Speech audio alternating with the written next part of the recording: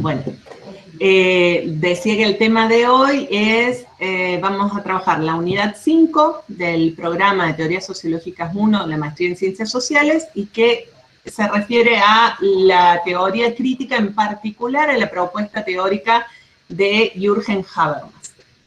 Como en la clase anterior hemos trabajado la propuesta teórica de Schutz, lo que quería comenzar contándoles es qué aspectos de la teoría de Habermas recupera al pragmatismo, y es que Habermas va a integrar ese análisis intersubjetivo, el análisis de la interacción del mundo de la vida cotidiana, con el análisis sistémico, propuesto sobre todo por Parsons, pero no solo por Parsons.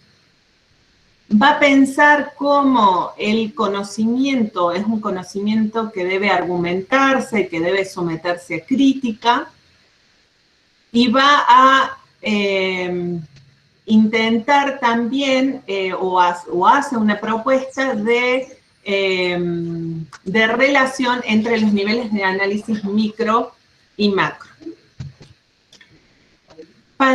Antes de entrar a Habermas, me gustaría contarles algunas cosas, o que recuperemos algunas, porque seguramente saben también, algunas cosas de las teorías críticas. ¿A qué es a lo que llamamos teoría crítica? Digo esto, en general, quienes vienen de ciencias sociales, que son la mayoría acá, algo de teoría crítica han visto. ¿Qué es la teoría crítica? Cuéntenme, lo que se acuerden, no se preocupen por lo incompleto, por lo impreciso. ¿La escuela de la teoría crítica? Sí. ¿O la teoría en crítica en sí? No, sí, la escuela. Ah, bien.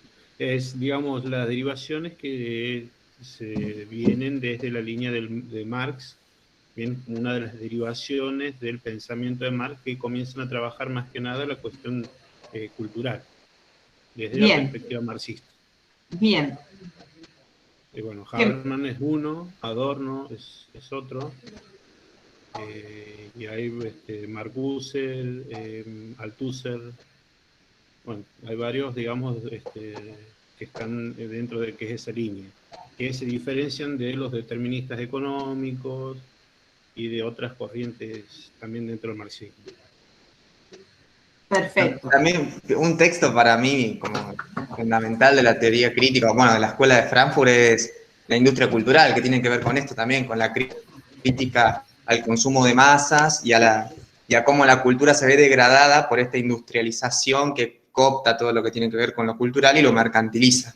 Como que la caída en la mercancía de lo cultural es una degradación de la cultura, y la teoría crítica está en develar esta estrategia mercantil de apropiación de la industria. Buenísimo, Julián. ¿Qué más? Yo tengo como dos ideas de crítica, siempre en tensión. No sé, una medio como derivada de Kant, que es como conocer, desarmar los argumentos para conocer, y la otra como negación de lo dado, como que ese conocer tiene que desarmar el sentido común o lo dado, y que ambas se chocan, se tensionan, trabajan juntas. Buenísimo, Emi. Ahí lo vamos a retomar con esto de, mi siguiente pregunta es ¿qué tiene de crítica la teoría crítica, digamos? Pero, y lo retomamos, sí, buenísimo. Porque son las dos tensiones en las que hace pie justamente esta corriente teórica. ¿Algo más? En términos sociológicos seguimos hablando de intelectuales judíos, europeos, alemanes en particular, neomarxistas, como decía César, que trabajaron en, eso que llamamos Escuela de Frankfurt, es el Instituto de Investigación Social, que se fundó en Frankfurt en 1924. En general, los neomarxistas son estos pensadores que se inscriben dentro de la tradición marxista, pero que del siglo XX, digamos, del siglo pasado, pero que, como decía César, rechazan ese determinismo y mecanicismo económico que percibían en algunas de las obras de Marx, pero sobre todo también en los escritos de algunos marxistas posteriores, ¿no? Entonces van a enfatizar, como decía César, esta relación dialéctica de reciprocidad entre estructura y superestructura, pero sus estudios, como también destacó Julián, van a estar centrados sobre todo en aspectos superestructurales, que son los que menos desarrolló Marx, es decir, Marx plantea esta forma de análisis de lo social, pero la inmensa mayoría, en términos cuantitativos de su obra, se dedica a conceptualizar de manera fina lo que tiene que ver con la estructura.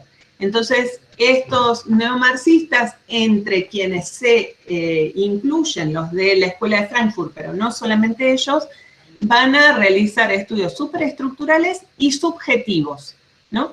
Es decir, también se van a preocupar por la construcción de la subjetividad, pero desde una perspectiva marxista. Entonces, hay estudios con énfasis más, o de aspectos más culturales, más políticos, más psicológicos, ¿no?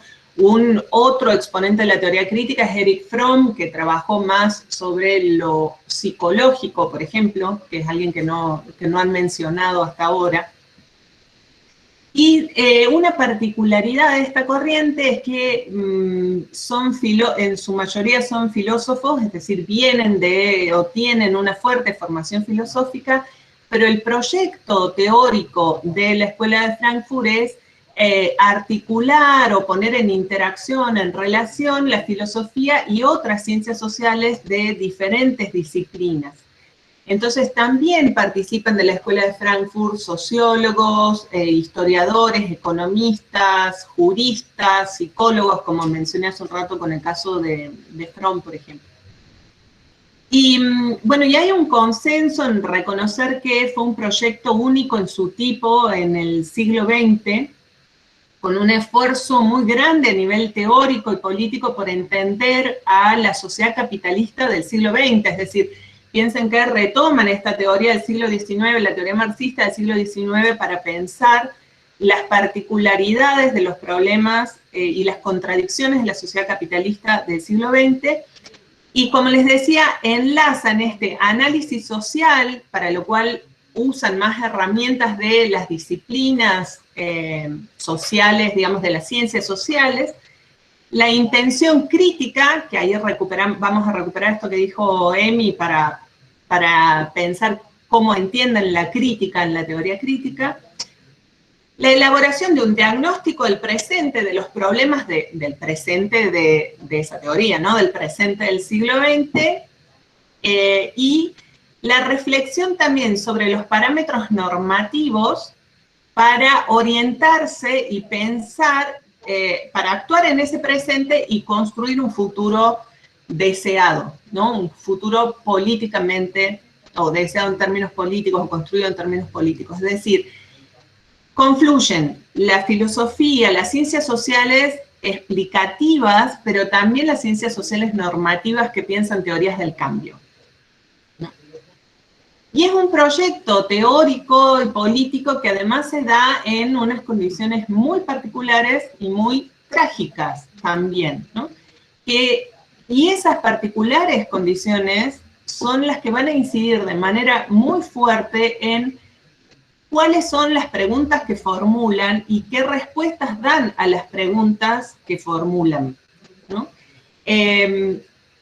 Los intelectuales, sobre todo, digo, la primera camada, lo que se conoce como primera generación de la teoría crítica, vivió el reflujo del movimiento obrero europeo, digamos su retroceso, el retroceso del movimiento obrero europeo, el desarrollo y el ascenso del nazismo en Alemania y en Europa, que entre otras cosas determinó el cierre del instituto en 1930 y determinó que todos estos intelectuales se exiliaran en otros países europeos y luego en Estados Unidos. Vivieron también las tendencias autoritarias en fascistas en las sociedades de capitalismo tardío de Europa, y también bueno, fueron parte de quienes se mostraron críticos y escépticos de la Revolución Rusa y más que de la Revolución Rusa, del sistema comunista ruso tal y como se instauró después. Y en el exilio fueron testigos del desarrollo descomunal en sus inicios, digamos, si todavía es descomunal y todavía nos impacta, piensen lo que eran los inicios de la industria cultural estadounidense. Entonces digo, vivieron una época de muchísimas convulsiones y eso tiene una incidencia fundamental en sus preguntas. Digo, no es ninguna casualidad este trabajo que mencionaba Julián y esta preocupación fuerte sobre la industria cultural o las industrias culturales, como decimos ahora en plural, en esa época, ¿no? Y si bien fue una tendencia así fuertemente europea, ha tenido muchísima influencia en Estados Unidos y mucha influencia también en América Latina, en diversas disciplinas y en particular también en sociología. Les voy a compartir una historieta, a ver si la encuentro en principio. ¿No?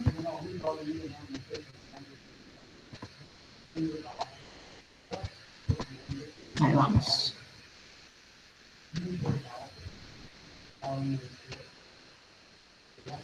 Perdón, pero cada vez veo menos.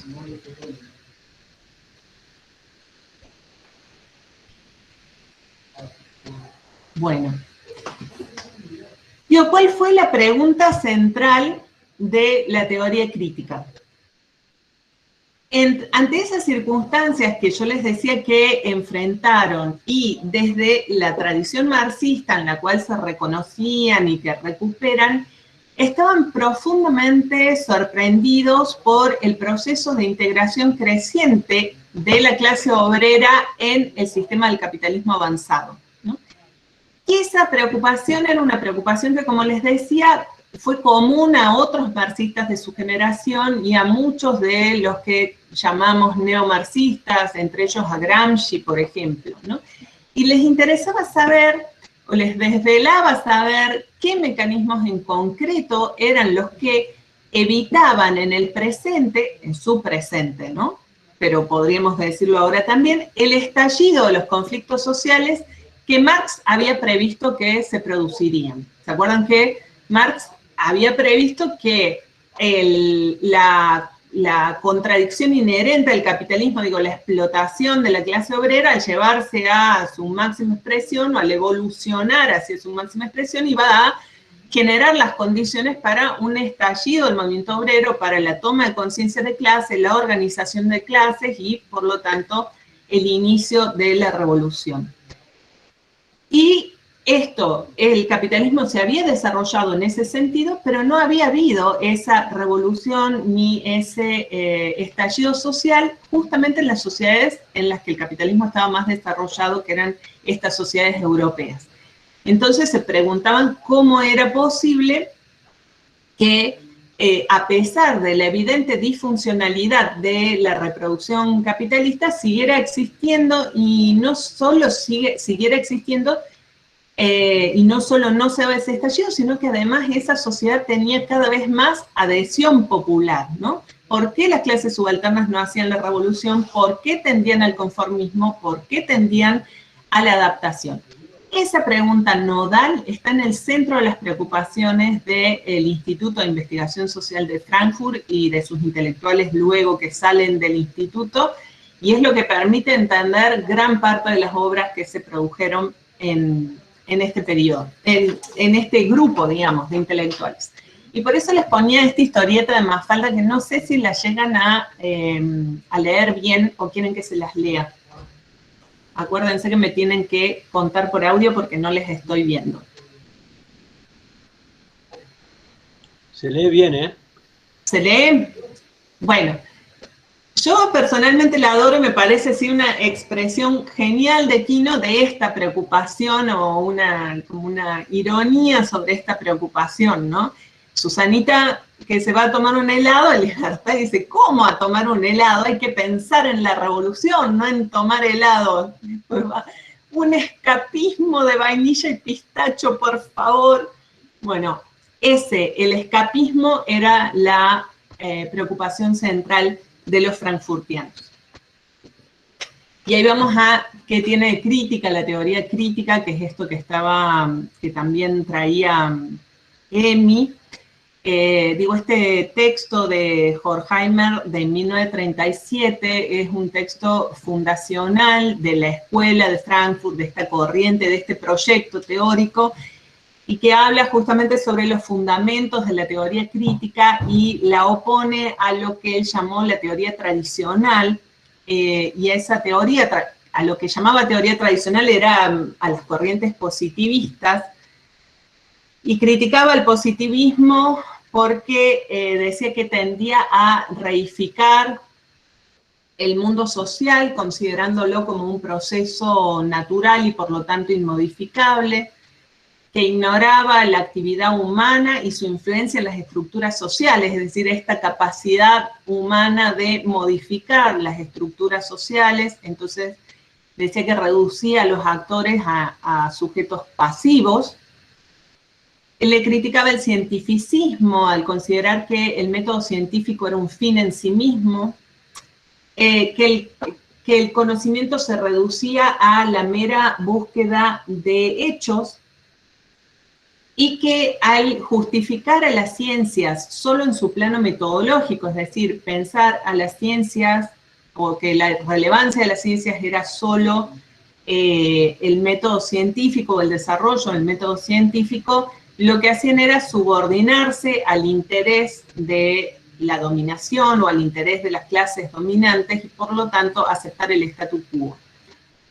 Y que por el contrario, una teoría crítica debía ser consciente del contexto en el que surge, saberse a sí misma parte de la realidad que pretende describir, analizar, estudiar, no solo ser consciente del contexto en el que surge, sino también ser consciente del contexto de su aplicación, es decir, en qué contexto va a ser usada y aplicada esa teoría, y que además es una teoría que no se posiciona de manera neutral frente a la realidad que pretende estudiar, y que ayuda a construir el mundo que busca, ayuda a construir el mundo que tiene como ideal, el mundo que pretende. Está comprometida con la abolición de la dominación y asume su obligación de ayudar a los dominados, de ayudar a los oprimidos. Es una teoría que asume, por lo tanto, de manera activa su historicidad, o pretende participar de la praxis histórica y servir a la praxis histórica. Este postulado, este casi manifiesto fundacional de Horkheimer, bueno, como resulta evidente, pone en discusión el papel de los y las intelectuales y el papel de la ciencia social, y se inscribe en una tradición crítica que, bueno, que en este caso, en el caso de lo que venimos viendo, se vincula con la propuesta marxista. Y ahora bien, ¿qué tiene de sociológica la teoría crítica? Hay hay un debate sobre, no sé si mucho, pero sí hay un debate sobre si la teoría crítica es una teoría que se deba estudiar en sociología, si es una teoría sociológica o tiene aspectos sociológicos. Y bueno, yo la incluyo en esta materia porque creo que sí, porque creo que es una referencia ineludible en las ciencias sociales en general, por lo que les decía hace un rato, que dialogan no solo con los autores clásicos, sino que también con autores contemporáneos, y eso lo vamos a ver claramente cuando entremos específicamente en Habermas, porque su preocupación central son las problemáticas sociológicas centrales de su tiempo, y muchas de ellas siguen teniendo resonancias importantes para nosotros en este siglo XXI. y porque tratan de comprender ese presente histórico.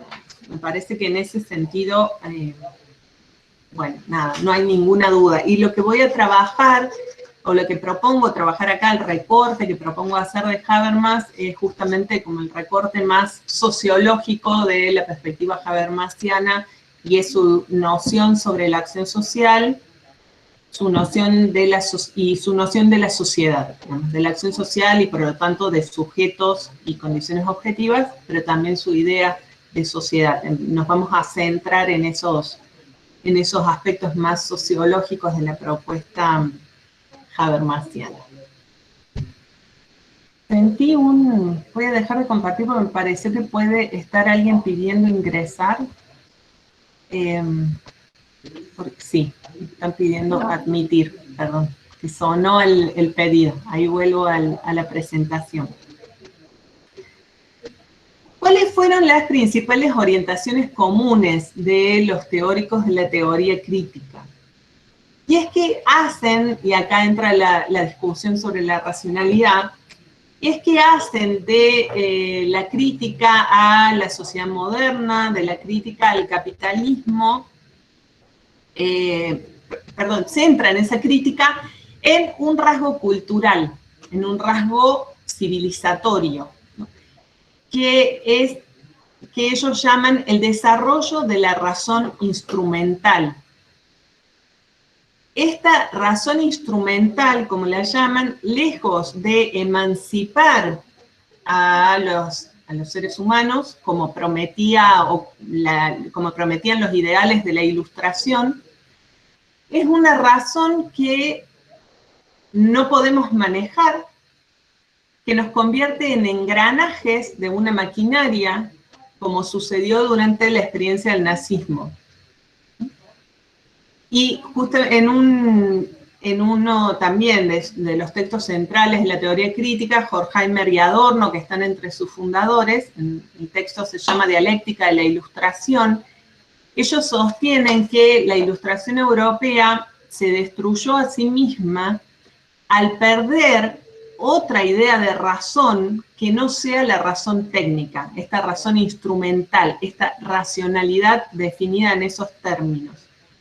Y que en esa pérdida, en la imposibilidad de encontrar otra idea de razón que no sea la razón técnica, la razón instrumental, en esa pérdida reside la tragedia de la modernidad.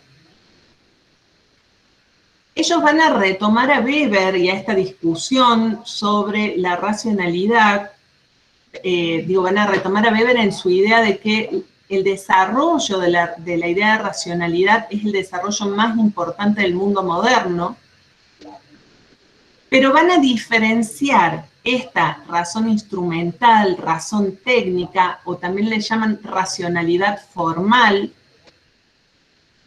a la que definen, como yo decía hace un rato, como la adecuación de los medios más efectivos para alcanzar un propósito determinado,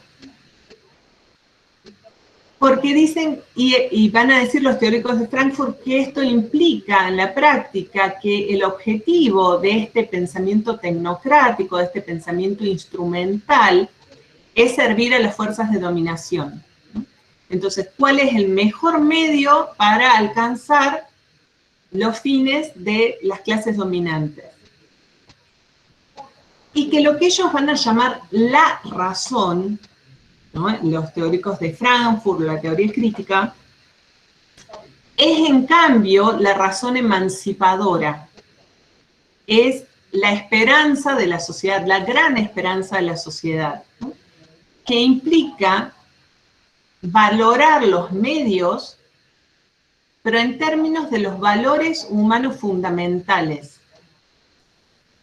Y en ese sentido es que sería una razón emancipadora, una razón que contribuye a la emancipación, ¿no? Que contribuye a la liberación de los dominados. La escuela crítica dice que cree que en la vida moderna abunda lo que ellos llaman, y cito, la irracionalidad de la racionalidad. Esto también es muy weberiano en su resonancia, ¿no? Es la irracionalidad de esa racionalidad formal, de la racionalidad técnica, de la racionalidad instrumental. ¿Y por qué es irracional? Porque dice que es una racionalidad que destruye a los individuos, es la racionalidad que inventó la bomba atómica y que la aplicó.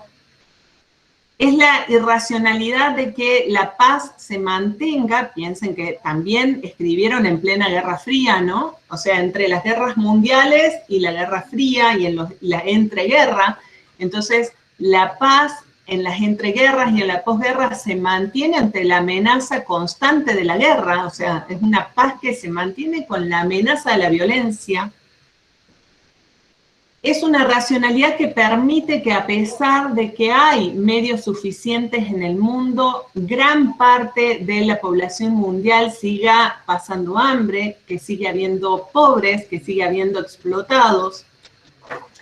Y de esa irracionalidad es también una irracionalidad de la que hablan otros, de otras maneras, los artistas de esa época. Vamos a ver si puedo.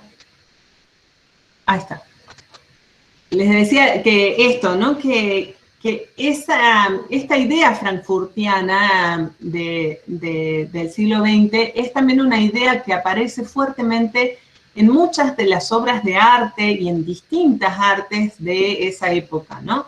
Bueno, el Guernica de Picasso tal vez es un ejemplo más conocido y más evidente sobre esa crítica a la irracionalidad de la racionalidad técnica. Pero no sé, el teatro del absurdo. Seguro que tengo quienes puedan ayudarme a contar de qué se trata.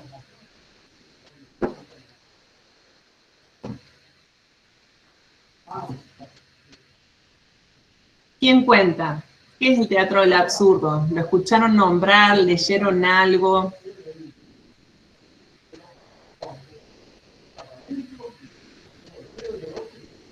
Las compañeras de letras no me están ayudando hoy. Me dejaron sola.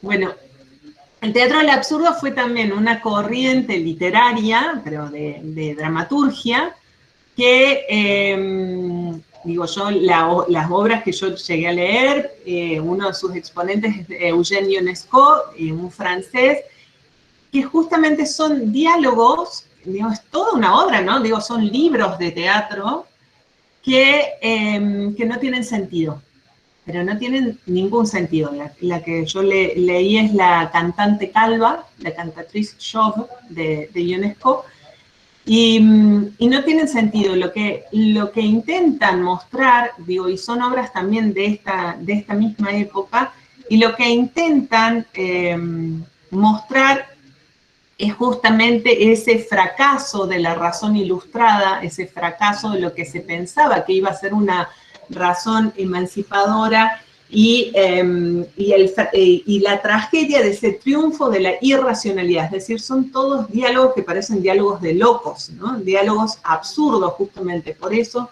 se llama teatro del absurdo. Suelo traer estos ejemplos del arte porque creo que lo dije en la primera clase. Me parece que el arte dice o muestra de maneras muy sintéticas y muy contundentes lo que a la sociología nos lleva largas obras, no artículos cortos, sino largos textos, explicar y pensar. Bien, volviendo a nuestros intelectuales de la teoría crítica, lo que van a hacer, como les contaba hace un rato, es reorientar entonces la crítica a la dominación capitalista en las sociedades modernas, es decir, en el capitalismo avanzado, pero van a reorientar esa crítica a nivel individual y a nivel cultural. Y desde esa perspectiva es que van a hacer la crítica, como decía Julián, a la industria cultural que produce la cultura de masas. Van a pensar que el mundo moderno ha llegado a un nivel de dominación nunca antes conocido de los sujetos individuales, de los individuos, y que es un nivel de dominación tan complejo y tan perfecto que penetra en todos los aspectos de la cultura y se internaliza en los actores, ¿no?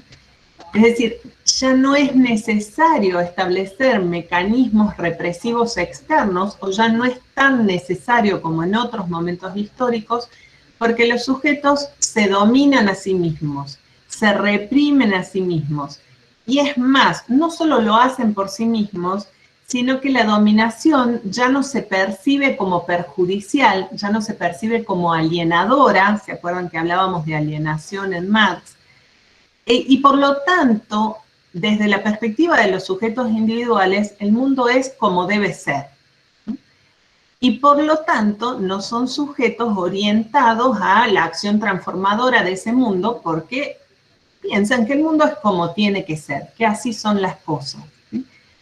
Entonces ya no pueden ver con claridad cómo debería ser ese mundo. Y aquí me ayuda Quino de nuevo. Se puede leer, ¿verdad? El papá le dice a Mafalda, ¿pero qué haces aquí con el televisor desenchufado? Y dice Mafalda, pensar. Alguna vez quería darme el gusto de poder pensar mientras estoy sentada mirándolo, ¿no? De poder pensar, entre otras cosas, cómo debería ser el mundo.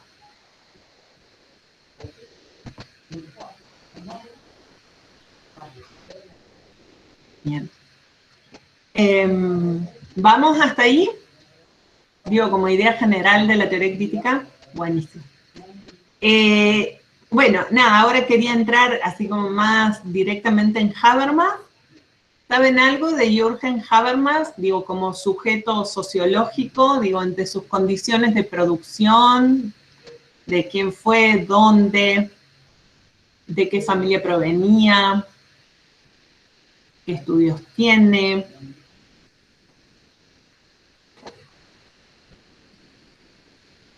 Sí lo leyeron, algo saben, cuéntanos.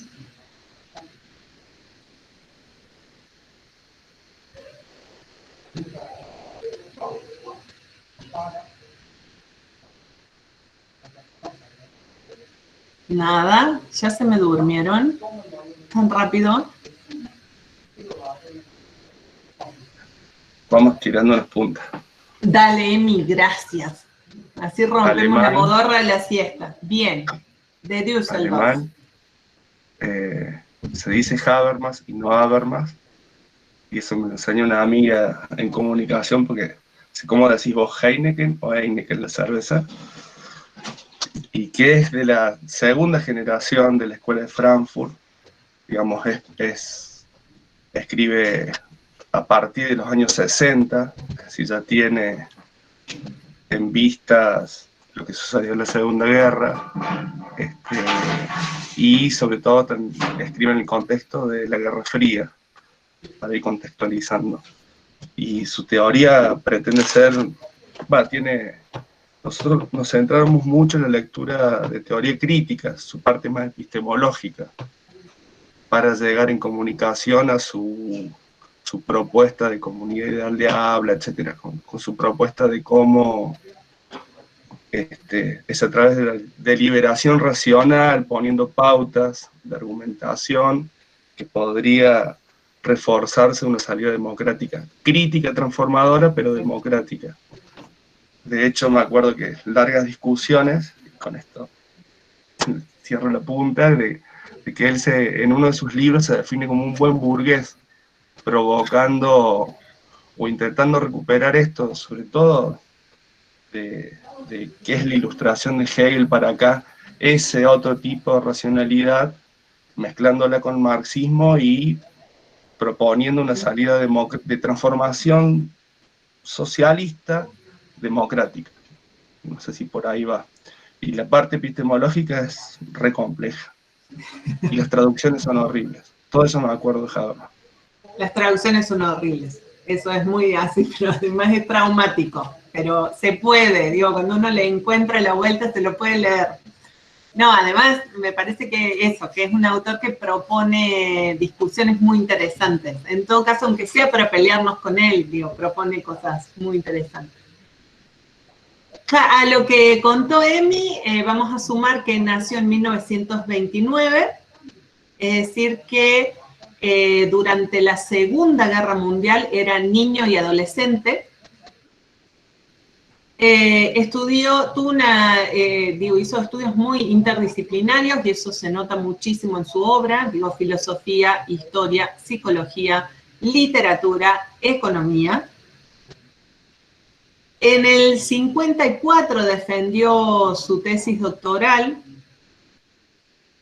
y antes de defender su tesis doctoral ya había publicado un artículo, su primer artículo es de 1953. Es decir, la obra más conocida es a partir de los años 60, Emi, pero empezó a escribir y a publicar en los años 50, y es más, del 54 al 59 fue ayudante de Adorno en el Instituto de Investigación Social de Frankfurt, y en el 60, exactamente en el 60, defendió su escrito de habilitación como profesor, y ese escrito de habilitación debe ser el que leyó Julián sobre esfera pública, sobre las transformaciones estructurales de la esfera pública. Digamos, era un joven investigador. Se doctoró a los 25 años, 24 años. Impresionante. Exactamente. Y acá estamos nosotros. Bueno. Eran otras épocas, la gente vivía menos, no es verdad, porque Habermas está vivito y coleando, pero bueno, y sigue produciendo, y sigue dando clases, y sigue escribiendo, bueno. Es que hay una entrevista en El País, que yo quise, en el diario El País de España, de Madrid, que quise del año pasado, en este contexto del COVID y del acceso a Internet y estas discusiones, que quise bajarles para ponerla en el aula virtual, pero bueno, requiere suscripción El País, así que nada, me quedó trunco esa idea, pero si alguien le interesa y puede suscribirse o conseguirla de algún otro modo medio pirata, ahí está. Por esto de que Habermas sigue pensando y escribiendo. ¿Qué más les quería contar? Bueno, fue profesor en la Universidad de Frankfurt, y del 71 al 83 dirigió otro instituto que se llama Instituto Max Planck, y volvió en el 83 a la Universidad de Frankfurt ya como profesor de sociología específicamente y de filosofía, y ahí se quedó hasta su jubilación en el 94. Pero como les decía, después del 94 siguió siendo docente, sobre todo como profesor visitante en universidades de Estados Unidos, en la Northwestern University, que está en Illinois, pero también tiene otras sedes, y en la New School. ¿Se acuerdan de la New School que yo les conté que está en Nueva York, que es en la que recibieron a Schutz cuando emigró a Estados Unidos? Bueno, Habermas también es, era, no sé, ahora es profesor visitante en la New School. ¿Qué es lo que va a hacer Habermas o cuál es la particularidad de la propuesta teórica de Habermas en el marco de la teoría crítica? Habermas va a recuperar la crítica a la racionalidad instrumental del capitalismo que hacían ya en la primera generación, como dice Emi, Adorno y Horkheimer, pero que lo hacían poniendo el énfasis en los medios, en la industria cultural, como dijo Julián. Va a recuperar esta crítica, pero va a evaluar que el diagnóstico trágico que hacían sus predecesores, digamos, que hacían sobre todo Adorno y Horkheimer, pero no solamente, digamos, los otros intelectuales de la teoría crítica, este diagnóstico trágico sobre la sociedad moderna no admitía la posibilidad de una ética normativa que fundara las bases de una otra racionalidad, ¿no? Es decir,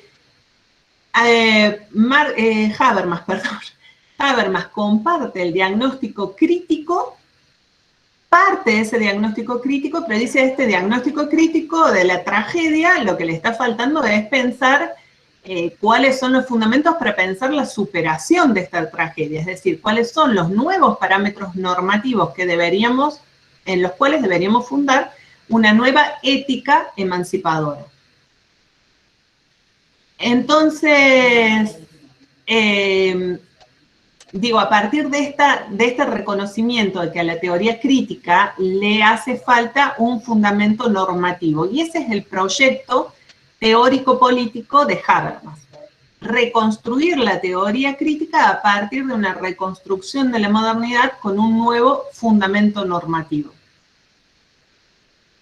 Es decir, lo que a Habermas le interesa es demostrar por qué debemos pensar que sí es posible un mundo diferente y mejor, ¿no?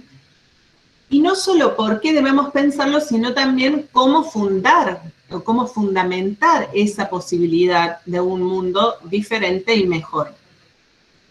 Y al mismo tiempo, cómo fundar la propia crítica de la sociedad realmente existente o actualmente existente.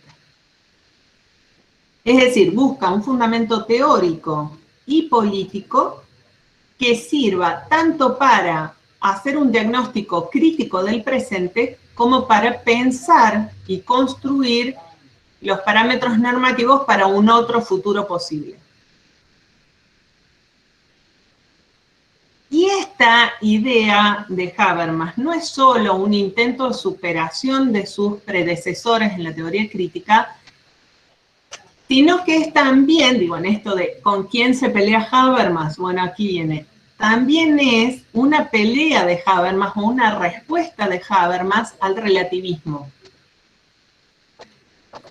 Porque al cuestionar la razón, así con mayúsculas, ¿no? La razón como fundantes de los acuerdos entre los seres humanos, el relativismo, dice Habermas, y dicen otros autores también, digo, me acuerdo ahora de Alain Touraine. Alain Touraine tiene un libro que se llama justamente, que es un interrogante, y el interrogante es, ¿podremos vivir juntos? Es decir, cuando el relativismo cuestiona la idea de la razón con mayúsculas, ¿no? Que sabemos, una razón eurocéntrica, una razón antropocéntrica, una razón fundada también en cierta idea de la masculinidad blanca, dominante, etc. Pero al hacer esa crítica, el relativismo termina planteando también un problema fuerte y práctico de convivencia, ¿no? Y acá nuevamente esta idea de, digo, esto que liga a Habermas con los interaccionistas y con los marxistas, digamos, por lugares diferentes, en su interés práctico para resolver los problemas de la vida cotidiana, ¿no? Hay un problema práctico de convivencia, esto que decía Alain Touraine. ¿Podemos vivir juntos? Es decir, ¿qué es lo que hace posible que vivamos juntos si no podemos reconocer algo que tengamos todos los seres humanos en común, ¿no? Piensen que es el momento en que escribe, como decía Emiliano, plena Guerra Fría, una paz sostenida sobre la amenaza de que Estados Unidos o la Unión Soviética aprieten el botón de la bomba atómica y chau humanidad, ¿no? Un momento de extrema tensión en el mundo, es donde ¿qué es lo que nos queda a los seres humanos para pensarnos solo como posibilidad de subsistencia? ¿Qué es lo que hace posible evitar la guerra? Si las posiciones enfrentadas no tienen ningún fundamento, si no hay ningún fundamento que pueda acordarse que es más legítimo que otros.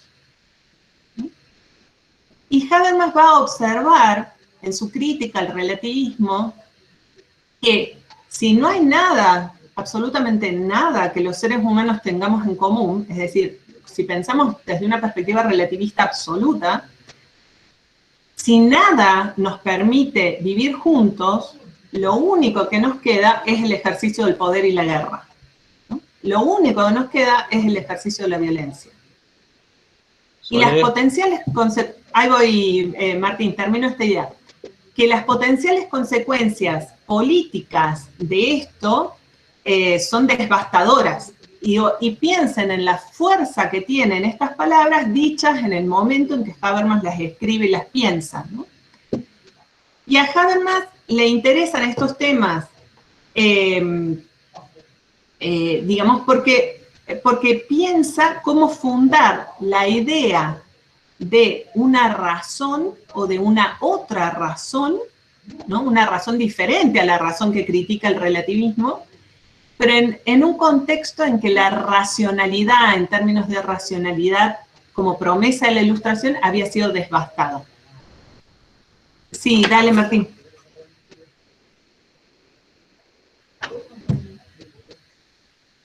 No pensaba si acá no podría, en relación a que como es inevitable las guerras, la disputa ideológica, no es lo que decía Vale en relación al aporte que hacía cuando yo decía, bueno, ¿cómo hacer para evitar la guerra? ¿Cómo hacer para evitar la repetición? En clave de lo que te había planteado con anterioridad, y Vale el aporte de lo ideológico. Digamos. No sé si esto podría llegar a ser una respuesta de este autor en relación a eso, un autor más moderno, más ligado a la conflictividad que plantea.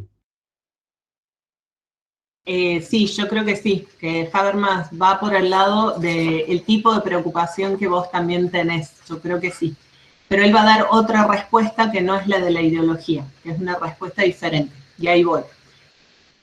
Hecho este diagnóstico, digamos, este posicionamiento fuerte de Habermas frente a los relativistas, él va a considerar imprescindible fundamentar, y esto es lo que contaba Emi, fundamentar una vida democrática de diálogo y de acuerdo. Digamos, una vida democrática en las antípodas del ejercicio puro de la violencia y de la guerra y la dominación. Quiero decir que esto no solo es necesario, sino que también es posible.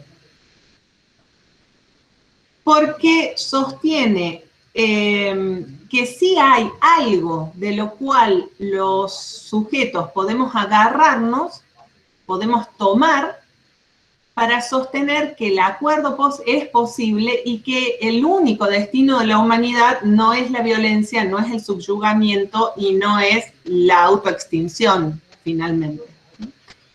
Y él va a decir que eso de lo cual podemos tomarnos son las estructuras del lenguaje. Eso es para las compañeras de letras. Las estructuras del lenguaje son la gran esperanza de la humanidad. Así que todos ahora a un doctorado en letras y nada de acá, nada, un chiste. Bueno. ¿Por qué? Porque en las estructuras del lenguaje hay características universales. Esas características universales, independientemente del idioma, independientemente de las lenguas, digamos, universales a toda la humanidad, son las en las cuales es posible basar un acuerdo racional, pero en este sentido de una razón emancipadora, de una nueva razón crítica. En esas estructuras, en esas características universales de las estructuras del lenguaje es que Habermas encuentra la posibilidad de sustentar la crítica de lo social y también la idea de un cambio posible. Y acá les quería, ya me copé hablando y me olvidé de mostrarles cositas.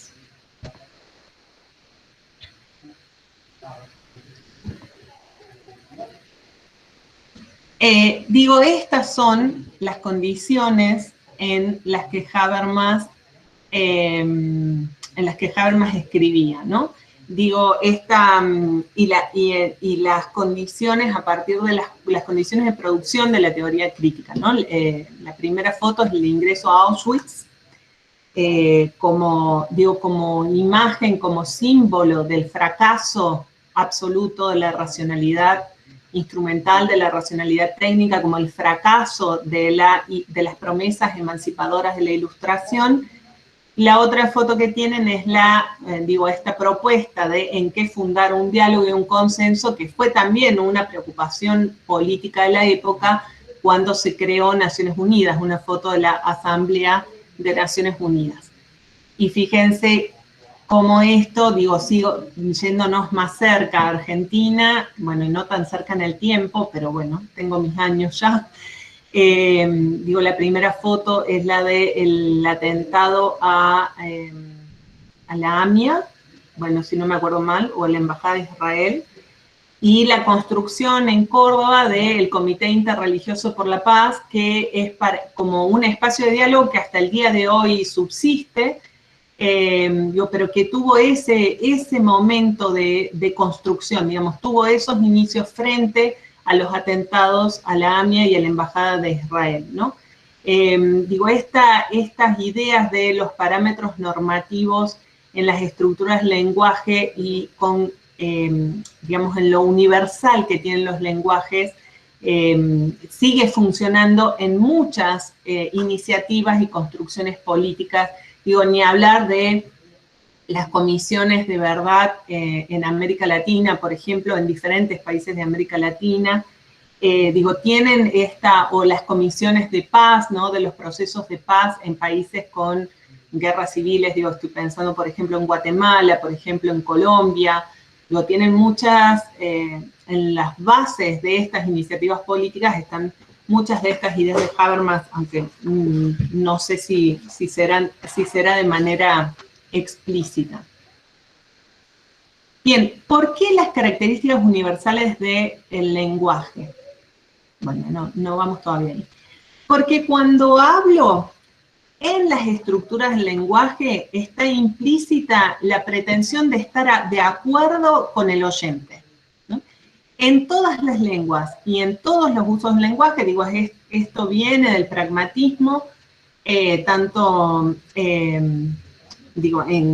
una idea del pragmatismo que en todas las lenguas y en todos los usos del lenguaje, incluso en aquellos usos en los que no tengo por finalidad estar de acuerdo, es decir, incluso cuando estoy discutiendo, cuando estoy contradiciendo, cuando me estoy negando, hay un acuerdo fundamental o hay algunos acuerdos fundamentales que mantenemos quienes entablamos un diálogo.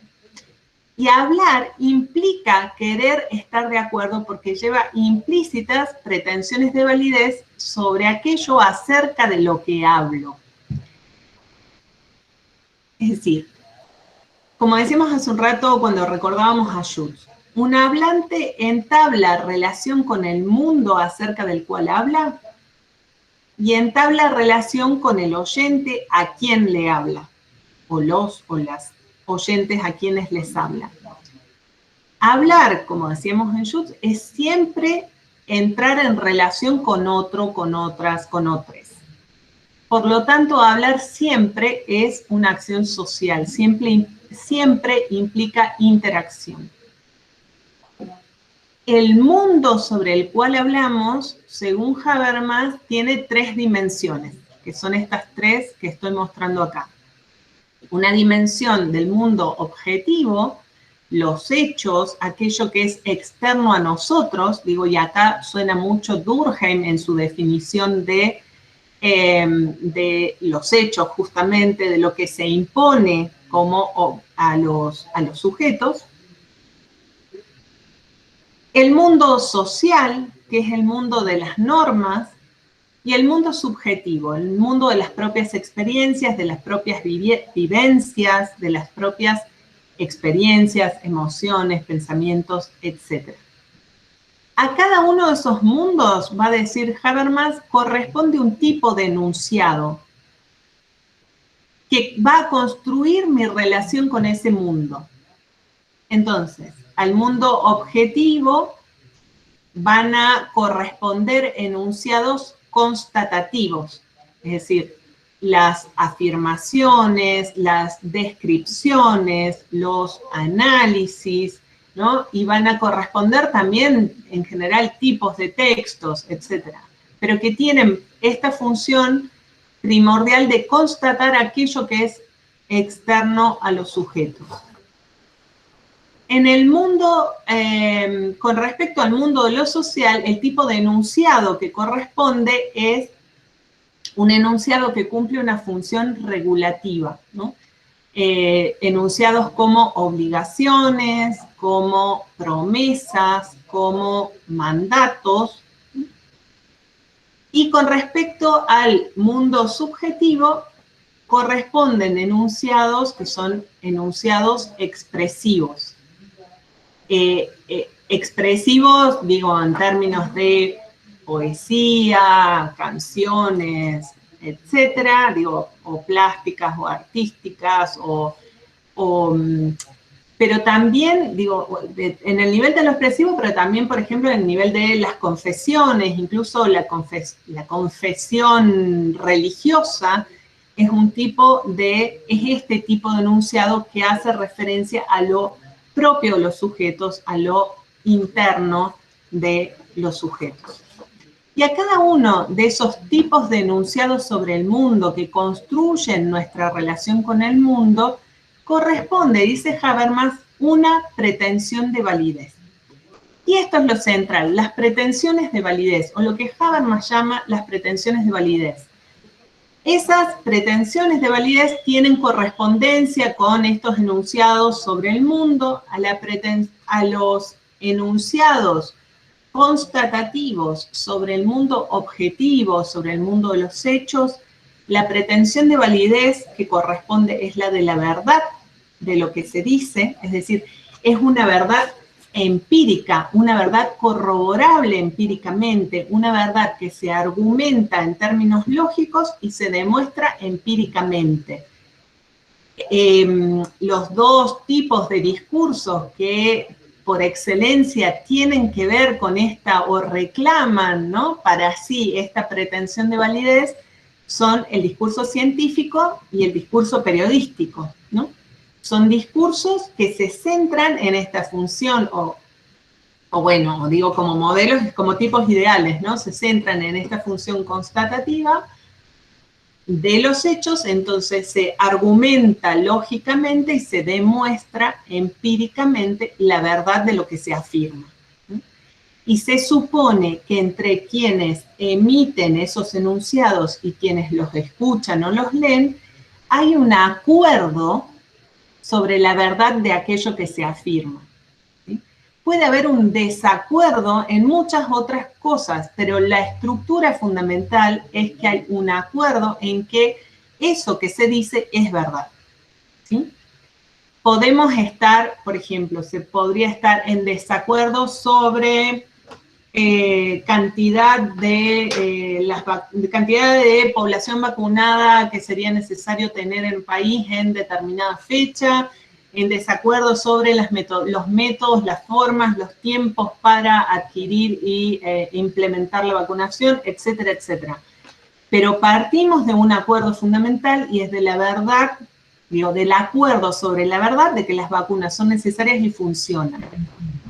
Piensen cómo eso que Habermas planteaba, digo, fíjense que estoy hablando de discurso científico, de discurso periodístico, y el ejemplo que di, los doy adrede para que pensemos cómo hoy ese consenso universal que decía Habermas sobre qué es lo que definimos como verdadero, qué es lo que una sociedad va a definir como verdadero y cuál es el método que una sociedad determinada en cierto momento histórico va a aceptar como legítimo para asegurar que algo es verdadero o no lo es, hubo en torno a eso un consenso relativamente fuerte en gran parte del siglo XX y del siglo XXI, que está siendo fuertemente cuestionado hoy en día, está en crisis hoy en día, y que había estado en crisis en otros momentos históricos. Digo, en la Edad Media había otra idea sobre la verdad muy diferente a la que impuso la Ilustración, ¿no? De la Ilustración en adelante. En la Edad Antigua había otra idea sobre la verdad, ¿no? Digo, son consensos históricos, universales, pero históricos también. Bueno, con respecto al mundo de lo social y a las normas, digo, la pretensión de validez es la de la rectitud, la de la justicia, ¿no? La idea de que podemos discutir muchas cosas, pero en lo que vamos a estar de acuerdo es en determinados puntos indiscutibles sobre qué es lo que vamos a considerar recto y justo, ese ejemplo con el que también estuvimos discutiendo hace un rato y en clases anteriores del punto nodal, digamos, del 2 por 1, implica toda una discusión, una puesta en crisis de un consenso que en Argentina teníamos de varias décadas sobre qué es lo que considerábamos recto y justo, ¿verdad? Pero digo, había un consenso, hubo un determinado momento histórico largo en el que hubo un consenso, y no es un consenso entre dos personas, hay un consenso a nivel social e incluso a nivel internacional. Profe, consulta, perdón. Sí, Cora, termino la idea de lo subjetivo y saco la pantalla, así también les veo la cara y charlamos, ¿dale?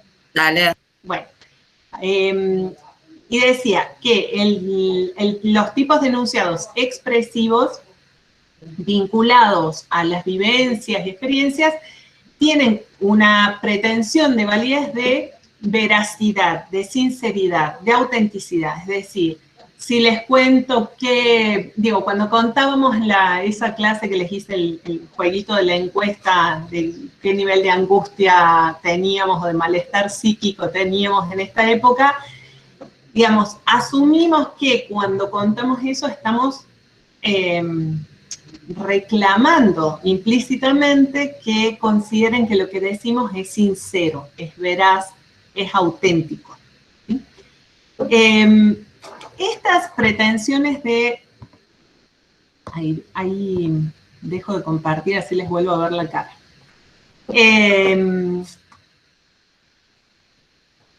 Estas pretensiones de validez son fundamentales porque son aquellas en las cuales pretendemos estar de acuerdo con el oyente, incluso cuando estamos discutiendo, debatiendo sobre ellas, ¿no? No sé, piensa en la cantidad de, por ejemplo, de leyes o de políticas públicas que discutimos. Por ejemplo, digo, bueno, yo vengo de comunicación y entonces tengo muchos, muy frescos los ejemplos sobre eso, pero, por ejemplo, cuando discutíamos sobre el proyecto de ley de servicios de comunicación audiovisual, lo que estábamos discutiendo, tanto quienes estaban a favor del proyecto como quienes estaban en contra, es de qué manera se asegura el derecho humano a la comunicación. Nadie se salía de ese marco. Había un marco de qué era lo que considerábamos recto y justo, que se definía de maneras diferentes, que se implementaba de maneras diferentes, que iba a tener, por lo tanto, consecuencias jurídicas y también prácticas muy distintas, y había mucha discusión al respecto, pero había un marco del cual nadie se salía. O sea, ni siquiera Silvana Giudice, me acuerdo de Silvana Giudice hablando del derecho humano a comunicar. Hay algo, un marco del que no era posible, en ese momento no era posible sacar la discusión. ¿Sí? Después en otros momentos sí fue posible, digo, eso ya es otra historia. Pero esa es la importancia fundamental que tienen las pretensiones de validez. Y esas pretensiones de validez tienen la posibilidad de ser criticadas, de ser objetadas. Por eso, siempre en todo diálogo se argumenta, se ofrecen razones de los propios posicionamientos, porque todo siempre es potencialmente criticable y también por otra parte permite o es susceptible de llegar a acuerdos. Bien. Cuéntenme qué me estaban por decir, no sé a quién interrumpí porque no les estaba viendo. ¿Quién iba a hablar hace un rato? No, vale. No, mi pregunta, pero me parece que se responde un poco con con el ejemplo que diste de la propuesta de las discusiones en torno a la ley de comunicación audiovisual. Exacto. Nada. ¿Pero por qué? ¿Cuál era la pregunta? No, en realidad, no sé si le respondo. Mi pregunta era si, por ejemplo, con respecto a esta función regulativa y los acuerdos que tenemos sobre lo que es justo o no, si él está pensando digamos, ¿cuál es el alcance de esto? Porque, digo, me parece que sigue siendo todavía una mirada, por lo menos occidental, sobre lo que es la justicia o no. Entonces, bueno, esa era mi pregunta, si esto él lo pensaba como categorías universales o lo limitaba bueno, a un mundo, a su mundo. ¿Cuál era el influencer? No sé si se entiende lo que pregunto. Porque digo, por Sí, creo ejemplo, que se entiende. una división básica de Oriente y Occidente, tenemos culturas muy distintas y lo que es justo o injusto, bueno, puede diferir mucho. Entonces, ¿cuál es el acuerdo ahí o cómo funcionaría esta cuestión que plantea Habermas con respecto a los acuerdos sobre la justicia? Bueno, una de las críticas fundamentales que se le hacen a Habermas, y sobre todo desde América Latina, digo, uno de los textos a mí de los que más me gustan en torno a esa crítica son textos de Enrique Dussel, y porque además es una crítica específica a la teoría de la acción comunicativa, que es lo que estamos viendo ahora, digamos, de todas las cosas que escribió Habermas, es justamente su eurocentrismo. Habermas sí piensa que estas pueden ser, y es lo que propone, que estas pueden ser, que hay características universales en las estructuras del lenguaje, y por universales quiere decir lo que está diciendo, universales. Pero piensen también en el momento histórico en el que está pensando y escribiendo, y el momento histórico frente al cual intenta fundar una alternativa teórico y política. Y no es algo que haya sido solo de él, digamos, fue también una intención muy fuerte de las naciones que confluyeron, que está bien, no fueron todas, pero fue la mayoría de los países del mundo que confluyeron en la Organización de Naciones Unidas y que elaboraron la Declaración de Derechos Humanos, por ejemplo. Digo, piensen que todo esto es en esa misma época. La Declaración de Derechos Humanos tiene esa intención, construir esos parámetros normativos sobre los cuales fundar diálogos que no pongan en discusión, por ejemplo, el derecho a la vida como algo universal para todos los seres humanos, o el derecho a la integridad física, ¿no? O el derecho a la libertad, a la autodeterminación. Digo, es una época preocupada por pensar cuáles son las posibilidades de que la humanidad no se extinga, de que podamos convivir como humanidad, y entonces para eso hay un consenso. Por eso digo, no solo en la academia, no solo con la propuesta habermasiana, sino también, por ejemplo, en la política y en la política internacional, de buscar acuerdos normativos básicos, elementales y universales, con los cuales medir, evaluar todas las prácticas sociales, sí. Es un momento histórico, sí. Y bueno, eso, me parece que sí. Pero hay, por supuesto, esto otro que decía, ¿no? También hay en su teoría un fuerte eurocentrismo, pero también por otras cosas que voy a mencionar ahora. Sí, César. Sí, no, retomando esta cuestión del eurocentrismo que planteaba Valeria, hace poco Habermas rechazó el premio literario en Emiratos Árabes por esta cuestión de la diferencia política que tiene con el sistema político en Emiratos Árabes. Mira, no sabía eso. Principios de mayo fue. Mira, si lo encontrás después compartínoslo, dale, si encontrás información sobre eso. Perfecto. Gracias, César. Un aporte, Sole. Dale, Martín. La Carta de Naciones Unidas y Acta de San Francisco, también el Acuerdo de San Francisco, entre 1945 al 48 se construye con 51 países que son los que suscriben la Carta de Naciones Unidas y crean Naciones Unidas. Hoy son 193 países los que suscriben en Naciones Unidas, o sea, con el tiempo se fue construyendo una correlación de fuerza, pero también, paralelo a construir un sistema internacional de derechos humanos, se construyó un sistema internacional de comercio. O sea, y en ese sentido también hay una expectativa en lo económico que consolida el régimen capitalista, y ese régimen capitalista es una tensión, lo denominan como una tensión en equilibrio con toda la estructura que viene a ser yo diría la ambulancia que intenta disminuir un poco el impacto de las asimetrías que genera el capitalismo. Y en ese sentido, sí es verdad que hay un concierto de las naciones democráticas occidentales, pero en ese momento también se incorpora China, Rusia, ¿sí? Y otros países.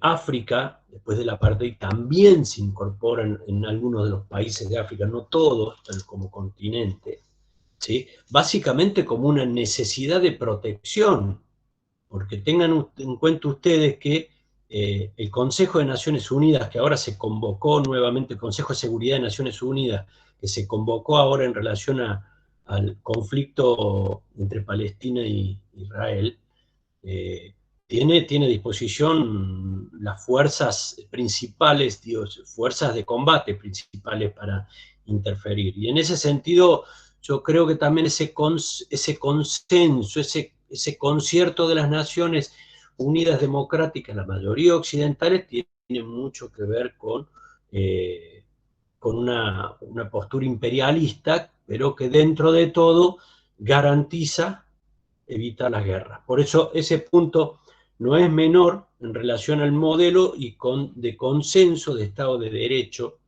¿sí? Que de alguna manera hoy parece ser, pero no, sigue estando en crisis, pero hoy parece ser los márgenes posibles de consenso.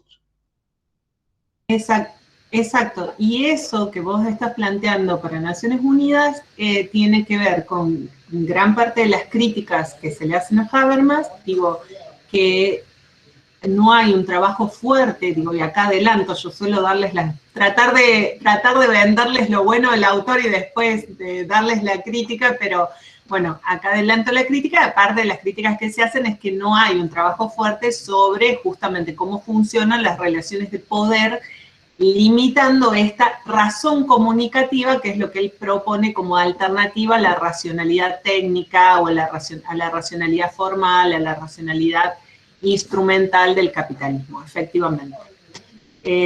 Sí, y además también está digo, parte de las discusiones que estás planteando, o que están en el planteo que hiciste sobre Naciones Unidas, tienen que ver también con el planteo de la propuesta política de Habermas de la democracia deliberativa, que ojalá nos dé el tiempo y lleguemos, aunque sea a contarles un poquito.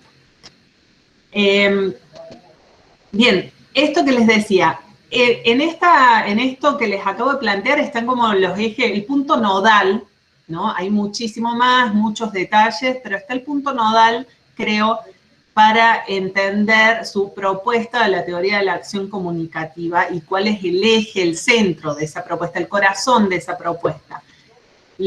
Como les decía, lo que va a hacer Habermas es oponer a esa racionalidad técnica que nos había llevado a Auschwitz, nos había llevado al nazismo, nos había llevado a la bomba atómica, a las dos guerras mundiales, va a oponer la razón comunicativa, como una razón tendiente al entendimiento, tendiente al diálogo, a la construcción de acuerdos, a la construcción de consensos y a dar razones y a argumentar las posiciones. Como les decía, una razón fundada en las estructuras del lenguaje y la potencialidad de esas estructuras del lenguaje para fundar los acuerdos.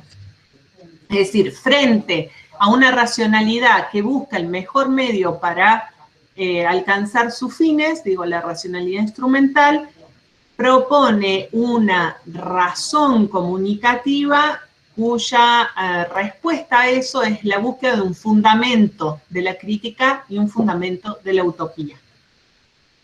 Teniendo en cuenta esto, este planteo que les hice, ¿cómo piensan o cuál es el sujeto que está implícito en esta idea de Habermas sobre la acción comunicativa? ¿Qué capacidades, qué competencias, qué características tiene un sujeto capaz de entablar o de iniciar una acción comunicativa? ¿Qué les parece?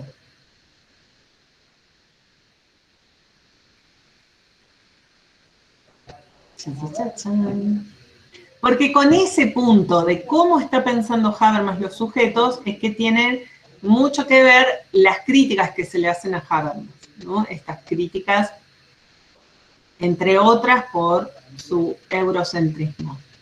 Tiene que ver cuando él dice que las acciones están encaminadas al buen entendimiento, digamos, que no hay un interés como... Bueno, no sé, me acuerdo un poco, me parece que está supeditado también ahí la crítica que le hace Foucault, ¿no? En ese sentido, cuando él desconoce en parte o no habilita en su explicación el tema de las relaciones de poder, y Habermas en parte le contesta esto, ¿no? Que los sujetos deberían tender a hacer acciones que estén encaminadas al buen entendimiento, ¿no? No sé si... Sí, tal cual. Y con lo cual le pone mucha responsabilidad a los sujetos, ¿no? Les sigue poniendo. Son sí, los sujetos libres que busquen el bien común, no sé, a mí me parece que, bueno, eso que decía Rodrigo, no hay en el cuadrito que compartiste, no hay función persuasiva, por ejemplo, propia del discurso político o del discurso de las publicidades. Bueno, entonces es un sujeto cuyo objetivo es el bien común, no sé, me parece una mirada un poco liviana sobre lo que es, digamos, la comunicación real, ¿no? Los objetivos que tenemos como seres humanos que viven en una sociedad atravesada de intereses de distinto tipo. Así es. Yo creo que justamente es esta visión de los subjetivismos que tienden en la interrelación, al igual que Jesús, a construir posiblemente necesariamente una tipicidad o una forma de poner en marcha un entendimiento mundial, llamémosle, en la construcción del idioma, en esto del el que habla para acordar, ¿sí? Y que necesariamente supone que no va a fracasar ese diálogo. Yo creo que en este sentido lo banco a Habermas, lo banco porque uno es en función de sus tiempos, y en ese momento el tiempo no era el éxito o fracaso del capitalismo. En ese momento se había puesto en cuestión la subsistencia de la condición humana. En ese sentido descendimos, por eso en esta lógica que intento yo utilizar como categoría, no sé, avance, retroceso de la condición humana, difícilmente podamos discutir la condición, si o avance del capitalismo cuando estábamos a punto de explotar como mundo en una tercera guerra mundial. ¿Sí?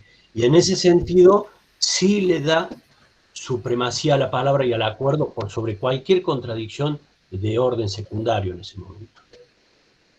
Sí. Yo también, digo, creo que con... Pero, ¿Qué? Sí, Emi.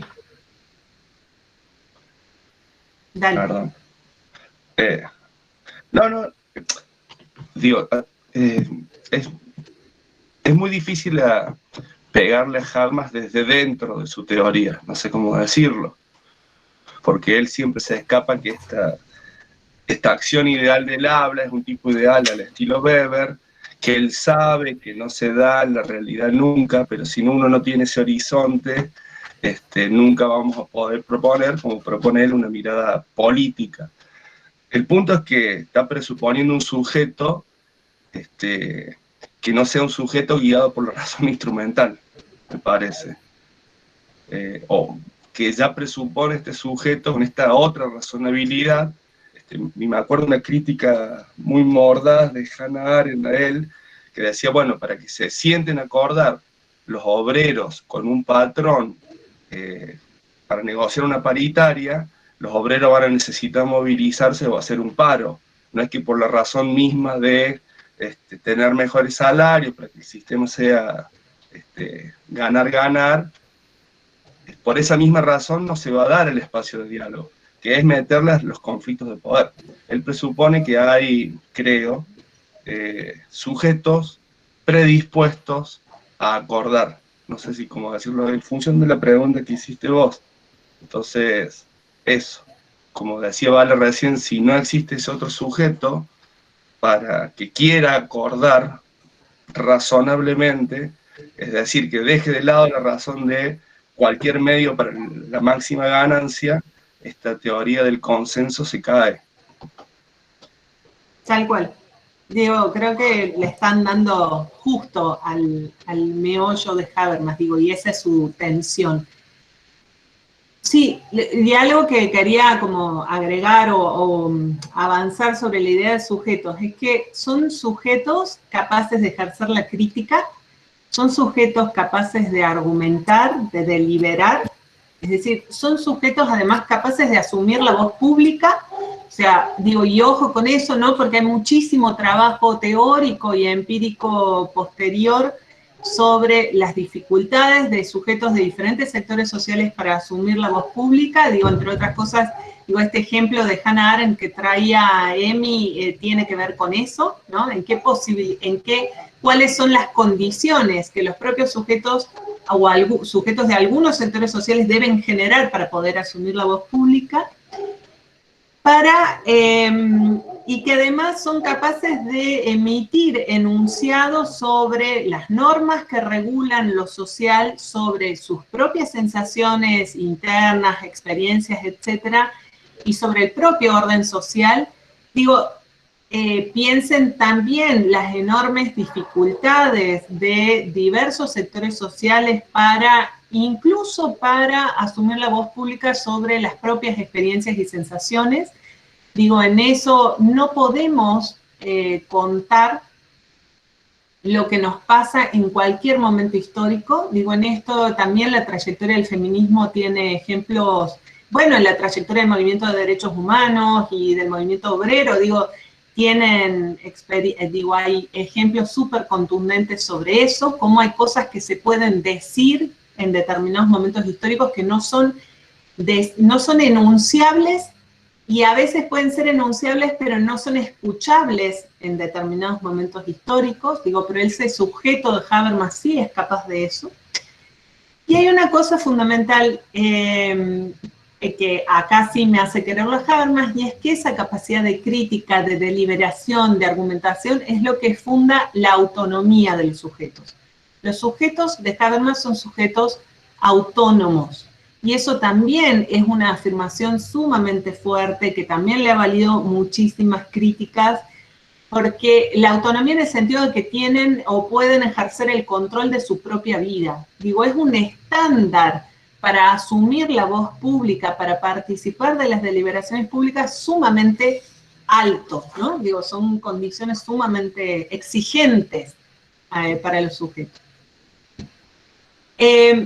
Digo, y una cosita más antes de hacer un cortecito, y es que Habermas reconoce que hay otras acciones sociales que no son la acción comunicativa.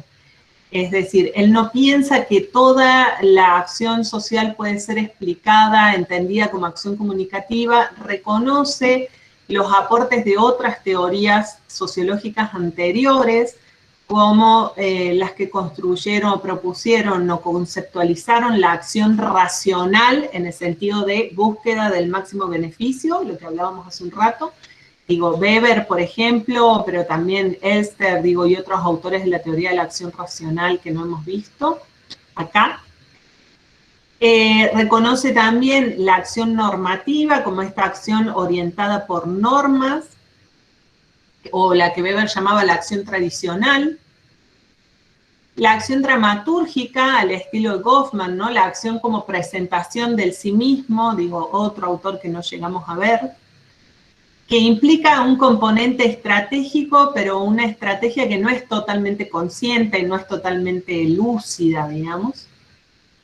Y lo que él dice es que a ese conjunto de tipologías de la acción social falta o hay que agregar la acción comunicativa, que para él es la acción fundamental o más importante en términos teóricos y en términos políticos.